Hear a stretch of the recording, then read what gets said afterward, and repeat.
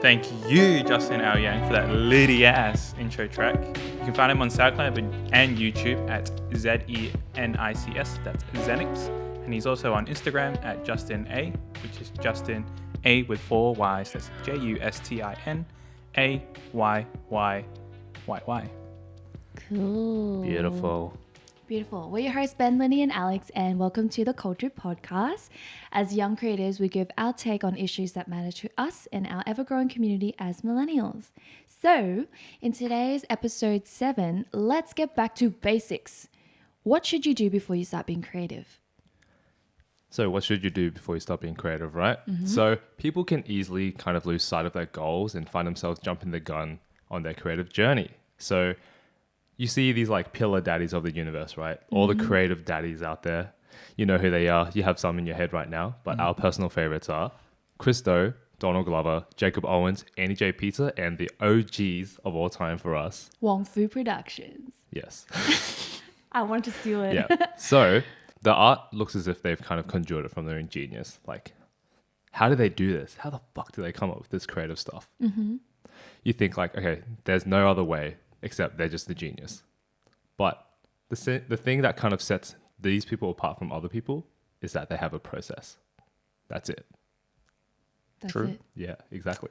Right. So the topics we'll go over today are the keys to starting your creative journey, because without doing the boring stuff, you won't get to do the fun stuff, right? So we're covering 3 topics today. We're going to do fundamentals, replication, and repetition. And the very last one is streamlining your work process. So many people talk about being more creative before you start anything. But how can you if you really don't know anything? So being creative and structured can kind of be contradictory, but in reality, they kind of go hand in hand. They are contrasting ideologies that kind of juxtapose each other pretty well. Preparing yourself to be creative can really help aid the process and contain your free-flowing thoughts into something that is more manageable to you and others. So the challenges of creativity will always be expressing your thoughts to the client or other people. So if you're able to kind of form more bite-sized concepts, the process is a lot more natural, and because everyone is on the same page, it'll be a lot easier for everyone, because that's often not the case. I don't know about you guys, but yeah, clients, being on the same page is so hard. So like, yeah, being able to kind of flesh out all the details and every little step so they understand what you're thinking, and like there's no kind of miscommunication on the day. Right. I think that's always the issue for me. Yeah, I agree with that. There's a lot of miscommunication when it comes to like client work, because you can probably think that you click on an understanding, and then like the next meeting they're like, oh no, that's not what I meant. But then you're like, oh, I thought this is what we agreed on last meeting. Yeah. So when you're talking to them like, about ideas, right? Yeah. And you're like, oh yeah. And they're like, that sounds good. yeah. Awesome. And then as soon as you like deliver them a product or something or some sort of draft, they're like, that's not what I thought it was. Yeah, that's not what we agreed on. But in your head you're like, but that's what we agreed on. Yeah, I felt the vibe from you. Exactly. So like through experience, you kind of like learn to be more, how do you say it, transparent, or just be more clear with like communication, I think. Definitely. Yeah. So that brings us to our first topic, learning the fundamentals. So learning the fundamentals before you leave that space in your mind to be creative, right? Why do we do this? This goes without saying. You have to learn to walk before you can run. I love using this line. That's like the best quote right now. It's on trend. So you learn the basics of your practice before you can make anything, right? Otherwise, there's no real purpose of why you're doing something. So you have the basics, and the basics is like your manual book. Yeah, it's like your Bible, right? Your Bible. But let's talk about the manual, like your car manual. Okay, let's use a car, like learning how to drive a car, for example. Learning how to drive a manual car. Just learning how to drive a car. The manual for driving a car that is auto. Anyways, guys, so you know that, PDRN means, park, drive, reverse, and neutral. Don't look at me like that, Ben. But, there are rules, ways for it to work, and why it works for you to be able to operate the car and understand okay, I want to reverse. So obviously I'll put it into reverse. So, there's like steps and processes that you need to understand to get it going. Yeah. That's the same with every profession or practice out there in the world, right? You need to understand the rules, what's been done before, and how it works to allow you to operate it with purpose, like with a goal in mind. It was a really stinky curry burp. Should I start that again? No, it's fine. I didn't make any sound, I swear. All right, so anyway, there are many times where I kind of find myself, let's say I'm on set. I'm like filming someone for a client, right? Something for a client. Yeah. And then I'm just there worrying about kind of all the fundamentals. This is when I first started as like a videographer where like, okay, I got to worry about what the light looks like. I got to worry how my camera is like, what setting it's on, what ISO, what aperture, what focus. Is it focused or I don't know, what's the white balance? And like those are a lot of things coming through my head where it kind of clouds my thoughts. So that kind of forces me to like not be creative in a way because my mind is too clouded with other things. True. So as an example, like for this, I'm learning the fundamentals. Like being creative is really hard because I can't think about anything else. Being creative is really hard, guys. Yeah, because I can't think about anything else. So on set, I'm more kind of thinking, I just need to get this shot instead of, how can I make this better? Yeah, Okay. exactly. Wait, do I say that? No, that's Alex. Sorry. That's me. Yeah. So you could say Yeah. from experience, you try and you fail, and you try and you succeed in the end. So it's basically learning by doing. Yeah. And I believe learning from experience personally is like the quickest way I learn something. Like if I make a mistake, I'll always remember it forever. Especially if it's in front of a client, you're like, fuck. Yeah. I better not embarrass myself next time. Yeah. So you always remember it. And it's just as cheesy as it sounds, as cheesy and cliche as it sounds, failure is one step closer to success. Yeah, exactly. I think you got to fail a lot of times before you can actually do something good. Yeah. Yep. Ooh, okay. And so you're saying failure is not really failure. Failure is failure, but Failure is failure. It's just it's part of the process. Yeah. It's not an of end. success. Yeah, exactly. It's not a dead end. you should Yeah. celebrate failure sometimes. Yeah. And a recent example, I guess, me and Ben went out for a street photography shoot. Yeah. Like, Yeah. Kind of spontaneous, kind of planned It one. was really fun. And because I'm kind of new to photography, like I've always been interested, but I'm still learning the fundamentals and basics. So in my mind, I'm still like, make sure I expose this right, make sure I compose this the way I want to. And it kind of hinders on that creative process. Yeah. And especially in street photography, it's all about capturing fleeting moments. Yeah. So if you're caught up trying to like, oh shit, it has to be perfect this way, Yeah. you could lose like that person walking by, or this like the way the sun hits this building, the shadow. Exactly right. Yeah. Like I remember there's a thing that happened so many times where I just take a photo and look at the photo and review it. Yeah. And then I look up and then the perfect opportunity passes me by. And I'm like, fuck, like shit. If I just wasn't looking at my camera and just kept taking shots, it would have been fine. Obviously, there's time to review, but like I think I did it a bit too many times. Yeah, that day. maybe not after every shot. Maybe like Yeah. Yeah. Exactly. So, yeah, exactly for street photography, this kind of gives you like a quick, reflection of like what you do. Like, if you fuck up the shot, the shot's gonna look shit. It's a very visual it's medium. gone. Yeah. So if you do the wrong settings, like, oh shit, I didn't focus it right. It's not focused. Then like you messed the shot. It could have been like an award-winning street photography art exhibit worthy shot. Yeah. But you fucked it up. So Yeah. Can I just jump in and say like Yeah. I don't have a professional camera. I take photos on like my iPhone, right? Yeah. Which But is nothing wrong with that. Nothing wrong with that. But when I go travel and I take my travel photos, I always have in mind like what kind of shot that I want.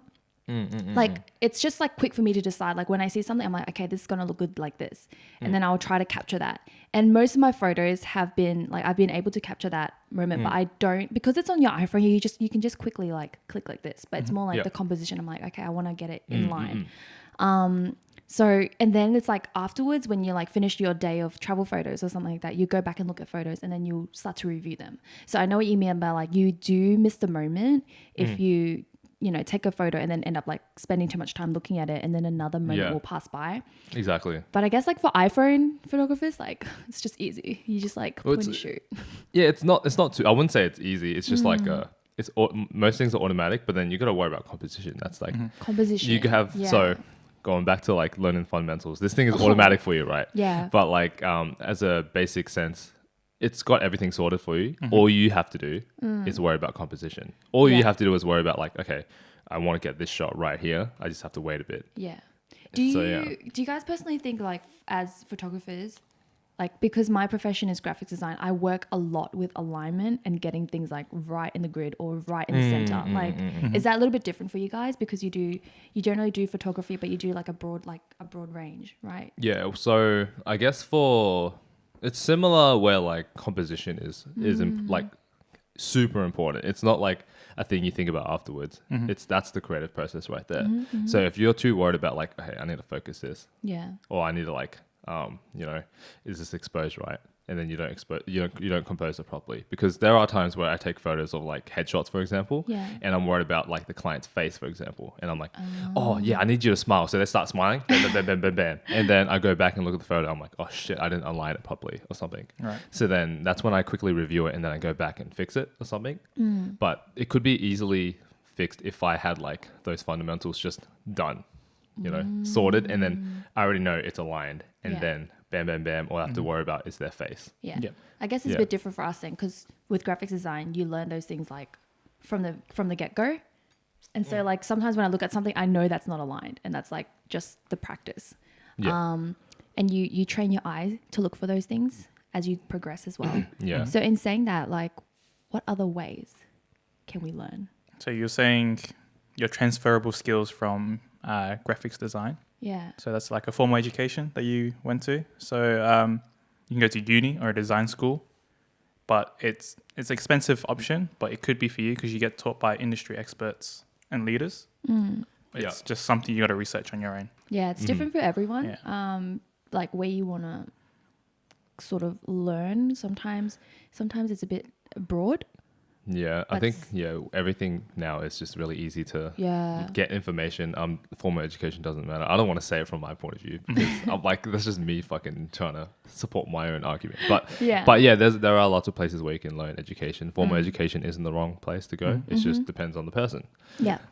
So there's like YouTube and online courses you can do as well, like Skillshare, Linda. I haven't used Linda before. Domestica, but I haven't used that before. I haven't either. heard that one. I pretty much graduated from University of YouTube. I think most people. YouTube is great. Like there's heaps of people who spend their time making YouTube videos teaching people how to do things. Yeah. And there's heaps of like really niche channels just teaching you how to use like one particular program. It's really insane that people spend that much time to teach other people for essentially for free. Yeah, free education, man. Free education. I think I have 2 degrees. I have one from university and one from Instagram. Because a lot of people do. What? I was like, is Lindy flexing or she? And then you made a joke. I'm like, oh, okay, yeah, it's all right now. Don't worry about it. It's like Instagram has so many like tutorial videos in like just the 30 seconds, and it makes you want to learn more. Yeah, exactly. It makes you want to click and find more things to like learn, because everyone's process is so different. Whereas obviously on YouTube, you go to a specific person who teaches like a certain style, right? Or like a specific, like area that you want to learn. Whereas Instagram, like you literally can just flick through a video and you'll be like, oh shit, like I didn't know I could do it like that, or do things like that. So that's my 2nd degree. Anyways. I have a major in YouTube and minor in Instagram. Okay, no one cares. Yep. Well, okay, thanks, bro. Yep, cheers, bro. And the last point is kind of like a supportive, emotional support from your friends kind of thing. So you break it down. What do you want to achieve? You make a plan and kind of express it to your close friends. And if they're real friends, they'll see and they'll support it. Yeah. And it's good because they may be able to provide like an external perspective on how you reach your goal. Yeah, for sure. Okay. Yeah, I'm always like this, like, look, can you look at this? What's wrong with it? I don't tell her anything. I'm like, just look, please. Yeah. Does it look right to you? Yeah. And then sometimes she'll be able to point out something that you weren't able to see. Exactly. Yeah. But if you refuse to see it, then that's your problem. I think that's wrong. And I'm like, no, I think you're wrong. I think you're wrong. Then why did you ask me? All right. So topic 2. Become an expert in one thing. Repetition /replication. Yes. Yeah? Yes. Clickbait. Yes, a little bit of a clickbait. but you don't really need to become an expert in this, but you do need to do something enough that will make you feel comfortable in. That's what I really value. You do something enough to get comfortable, and then you get bored, And then you get curious. and then you get creative. Sure. Yeah, legit. Like, yeah, from like actual experience. So, I actually did real estate for like a pretty long time, to like kind of sharpen my skills, and I just kind of fell into it, but it just happened to be real estate for a while. What do you mean by real estate? Like what real did you estate do? videos and real estate okay, photos and stuff like that. Yeah, So yeah. I'll go in and just like film a house. And it's a really basic thing. There's nothing like super complicated to it, as in terms of like, what am I going to shoot? Oh, it's a house. Shoot the rooms. Okay, cool. Yeah. Details, awesome. So it was a very straightforward thing. And then I'm a firm believer in kind of replicating and copying other people to start off. So I'd kind of go to other YouTube videos and be like, okay, this is a good video that I like. I'm going to try and copy it and see if I can do that. If I can do that, I feel like, all right, I can achieve this. What can I do to make it better? Right. Yeah. So it kind of helps me understand why it's a good shot versus like if I did my own thing without imitating it. Otherwise, it'd take me a really long time without doing that, you know? Yeah. So I used to have like a really like bad mindset a couple of years back where this is like the fucking ego within inside me and the artist in me to be like original and like not copy anyone else. Like this is 100% me. I didn't copy anyone else. But the problem with that is that it kind of hinders me and makes me move a lot slower because I don't know what's good in the first place to be able to innovate that. So that was like the problem. Kids, don't do that. Kids. It doesn't help you grow at all. Like as much as you think like being original is a thing, I think learn what other people are doing Yeah. and then you can like move on to the next. Take advice from Daddy Ben, kids. Father Ben. Father Ben fan. I agree. For me, it's more like when I try to replicate or do something over and over again, I really go in and analyze the techniques. So like if I'm doing like a magazine cover or someone's done a magazine cover and I look at it, I'm like, okay, how, like what did they use here? Like what rules, what theories did they use behind this? And then I'll be okay, so obviously maybe I've done it like multiple times and understood that like their way of doing things, and now I'm just like, okay, how do I make this better? Yeah, exactly. How do I have those fundamentals, I have those theories and those basics, but now it's getting repetitive and I want to improve. Yeah. So I think it gets to the point where you can really just bend the rules a little and sort of go out of that comfort zone or out of that box and say like, what can I do differently? What haven't I explored? Or, like you can be the next Albert Einstein. It's fine. Like no one's telling you can't. Also, how do you bend the rules? Like let's say standard composition is like have something in the middle or something, right? I guess easiest is like rule of thirds. Rule of thirds. Okay. Yeah. Rule of thirds. And then like, you just be like, no rules at all. Just take a picture. What if I just put it like off center or something? Yeah. And then you'll see why it doesn't work, or you'll see like, okay, maybe it can work in a different way. Like I can twist it a little bit. It's all about developing your eye so that it's attentive to detail and you can pick up on the things where you sort of can improve on and where you went wrong. So that comes along with being repetitive and replicating. Yeah. I think. Yeah. So find something that is like basic and straightforward enough to learn and repeat over and over. So there's a high chance that it will become boring. Yes. But that's where your kind of creativity sparks, I think. So once you know the fundamentals, you know how to shoot it, you know how to expose it, you know how to focus it. So what's left to think about? True. Because it could even be something as simple as just learning your camera. Like every camera is different, but if you learn the way your camera works, yes, it just opens up opportunity to become creative. 100%. Yeah. Yeah. I think some wise man once said, right? Is it Christo? No Christo today. Sorry, guys. No dose of Christo. But, creativity, you only get bored if you don't become curious enough to explore. Yeah. Does that make sense? I finally said it. Does that make sense? Makes sense. So if you don't want to get bored, stay curious. Like find different things, different tactics, different solutions and different ways to really like push it one step further. Yeah. Right. So this brings us to topic 3, streamlining your work process. I think this is like an often overlooked but crucial part. Agree? Yeah. But why? Why? Wow, insane. That sounded like it was scripted. But it wasn't. I reckon you can be the most talented, amazing, show-stopping creative ever, right? But do you work smarter or do you work harder? Mm-hmm. What's the first thing that comes to mind when I ask you that? What do you think? Do you work smarter or harder? Well, try to work smarter. That's what I always try and do. What do you think? What do you think you're doing now? You're working harder. I'm trying to work smarter because I'm lazy. I'm like, Just see what- I'm ruining your argument. Okay, let me indulge. Okay, harder. I'll work harder. Okay, cool. Yep. Anyways, your time is over. So sometimes you don't realize it, right? But setting up the trivial things that you probably think are a little bit too boring to do actually can just like give you so much help and like just a step ahead and make your process better, right? So what can these things be? For me, I use programs like Illustrator and Procreate to do my graphic work.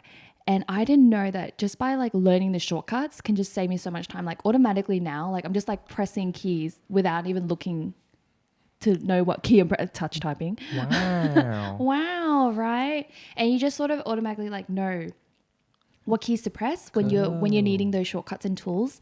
And then I realized that generally speaking, like the toolbars are always situated on the left-hand side of like these programs. And one day the adventurous me decided to like switch it over to the right side. It's pretty psychopathic, but If you can see my face right now. No, anyways, and it instantly just like connected with me, putting it on the Yeah. right side. Like I just feel like I work a bit better. The psychopathness in me is like the left-hand side is too far for that toolbar and I'm using more time. that makes sense. Yeah. Yeah. And I asked the guys the other day, I was like, is it like normal just to use your mouse like on your right-hand side? And then they're like, yeah, it's usually right hand. But then there's mouse that's designed to use on your left hand. Yeah. But no one uses those. Yeah. no one really uses those. That you're a psychopath. Sorry if you do. Now that's No. psychopathic. Yeah. So I didn't realize that a small change like that could just really help with my work. Like everything feels better, smoother when I work. Yeah. Yeah. Yeah. I'm kind of guilty of doing not that. What, being a psychopath or like or what? Yeah, that too. I guess I'm pretty normal. Wow. It's a joke. Yeah, no, I'm actually pretty guilty of like not doing those things because like, okay, it takes me a lot to kind of change something when I'm like doing my workflows. So there's a time where I wouldn't like kind of create shortcuts for what I wanted to do. What I wanted to do for like Premiere Pro users, you know this. Like I only do 2 buttons, C and V. That's all I need. That's Cut. pretty much all I need. And what's the other one? Cut and cut paste? and then V is back to the mouse button. So C is cut, split the clip. Yeah, split. V is like just back to the normal pointer, mouse. yeah. Yeah, that's yeah. literally all I use. Like for the most part, and then like there's this one thing where this is like really videographer based. So you know how you nest videos and nest clips and stuff. What does nest mean? Nest means you just put into you just don't need to explain it too much, but it just puts it into like another composition in a way, and then you can edit that on the timeline. Okay. If all my videographer friends, if you hear this, you know exactly what I'm trying to say. There's no shortcut for this, and that's what pisses me off the most. And for like 2-3 months, I never did anything about it. I was just like painstakingly right click, nest, right click, nest, everything. And then there was a time where this is when I actually do things where I get really frustrated and I'm like, fuck this is pissing me off. So I go onto Google it, there's no shortcut. Okay, cool. And then I had to like Create make your a own. shortcut for it. And that's when it changed my life. Like I know I could have fixed it earlier, but I just didn't. Yep. But then I did fix that, and then ever since I've been like using that over and over. It's like my main thing. The fact that CV, I do Shift C to nest. If you guys want to know, yeah, that's probably the best way for me. A little tip for you videographer dudes. But yeah, Oh, okay. Yeah. So see, shortcuts can save lives. it saves time. Okay, yeah, fair enough. I think next one that I want to touch on is taking advantage of apps. I don't do this, but like I always used to what? Take advantage of apps, but I don't do this. I don't think I've used I'm trying to like I feel like I'm being like contradicting now because I'm like, what apps do I use? Okay, let's just say I use a calendar. Yeah. I use my calendar app. And then I hate like Apple apps, right? So I try to fish for another calendar app that can sort of organize my thoughts and my events and meetings and things like that. So I go out of my way to sort of look for those things. Like it takes a little bit of time, but when you trial and error, like you'll find an app that works for you, and it just helps so much because I hate Apple calendar. What are you using now then? Well, I'm using like a bit of Google, and I'm also using a bit of one called Productive, and it just helps you organize your tasks better. That squeezes into like your schedule for the day. Right. Yeah, and it helps me. It helps. Yeah, I vouch for Google. Google's number one tool. You got everyone Not literally, sponsored. if you listen to this freaking podcast, you know that I get a hard on for that. But yeah, so Apple sucks. Yeah. Yep, we know. yep. No, it's not like that. But yeah, so going on to apps, like right. So I actually use like a accounting tool called QuickBooks. But before that, the longest time I used like Excel spreadsheets to like track every single invoice, every single expense I've made, because I was being a cheap ass and I didn't want to like spend money on it. Yeah. Because I was like, oh no, it's worth it that I don't spend money on this. Yeah. But in reality, like this has really changed my mindset where like efficiency over everything. So if I have to spend like not even that much money, like what, $15-$14 a month on QuickBooks, then it makes my workflow a lot easier because it tracks everything for me. I just have to put it in, and then at the end of the tax year, the financial year, I just print, copy, paste. All right, this is the whole summary of what I did, and I did minimal effort. And it tells me like how much I made that year, how much income, how much sorry, I said the same thing twice. How much profit I made, how much I lost, how much expenses I've like used. Yeah. And it makes it like this is the process a lot more easier versus Excel where like I don't know how to use it. I have like a caveman level of understanding on Excel. Yeah. So I just put it in like sum Column A. select this. Yeah. So Okay. yeah, sorry. I think this goes into one of our other episodes where we're talking about like how we like don't waste time trying to learn or do something that won't benefit you. Do you remember this? And like that at that time, Ben's like, yes. At that time, we were like, okay, if you're not a creative, if you're a business person, like don't bother going to look for tutorials and saving yourself money on that graphic design or logo you want to do, right? This goes for the same for creatives. Like I fucking suck at maths. And if I have to go on Excel and do all these like calculations and numbers and shit, like I'll just blow up. It feels longer to do as well. It just feels longer. You're just like, I don't want to do this. Yeah. So in saying that, like I'm just like, I'd rather pay for, an app. Exactly. And then it will just manage it all for me. And then I can focus on other things that 100%. I want to focus on. Yeah. If you guys remember that episode, please let us know. Because we don't know. Because we don't know. We forgot. Okay.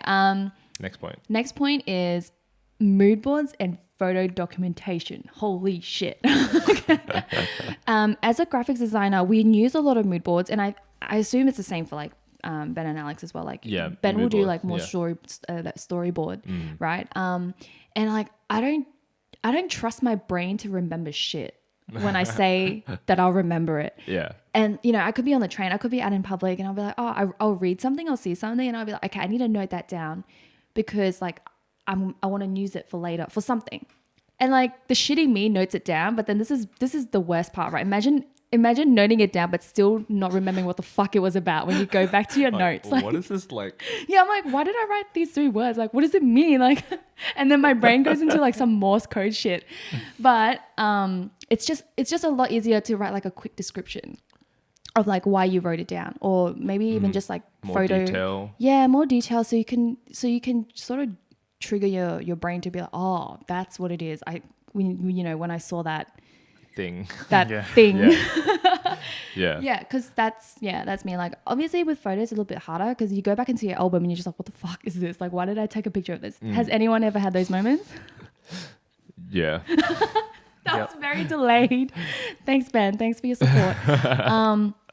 Yeah, so just photo documentation and doing your mood boards in a way that's a little bit more clever, so you can instantly like understand why you did it. 100%. You know, oftentimes we get a little bit lost in, like, for example, Pinterest mood boards. You just like pin it.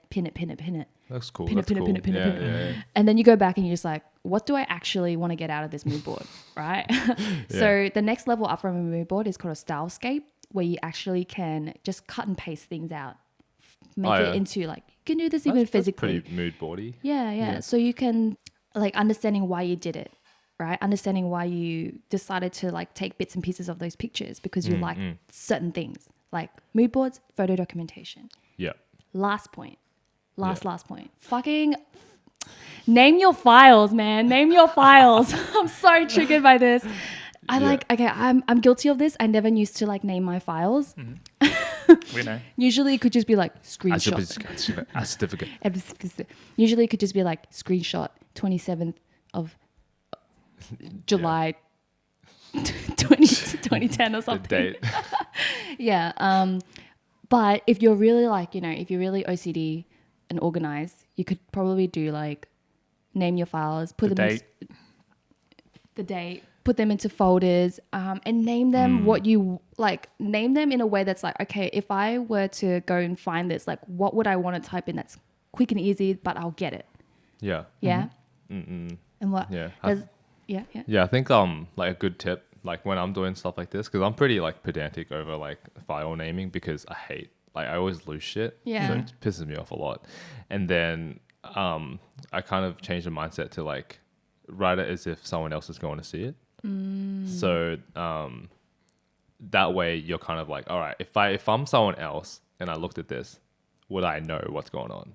True. Yeah. That's a better way of thinking about it, because I never used to put shit in folders, and they're just like single lonely files like everywhere on my documents and desktop. So putting them to folders and then naming it in a way that's like, okay, if I click in this folder, I know what's going to be in it.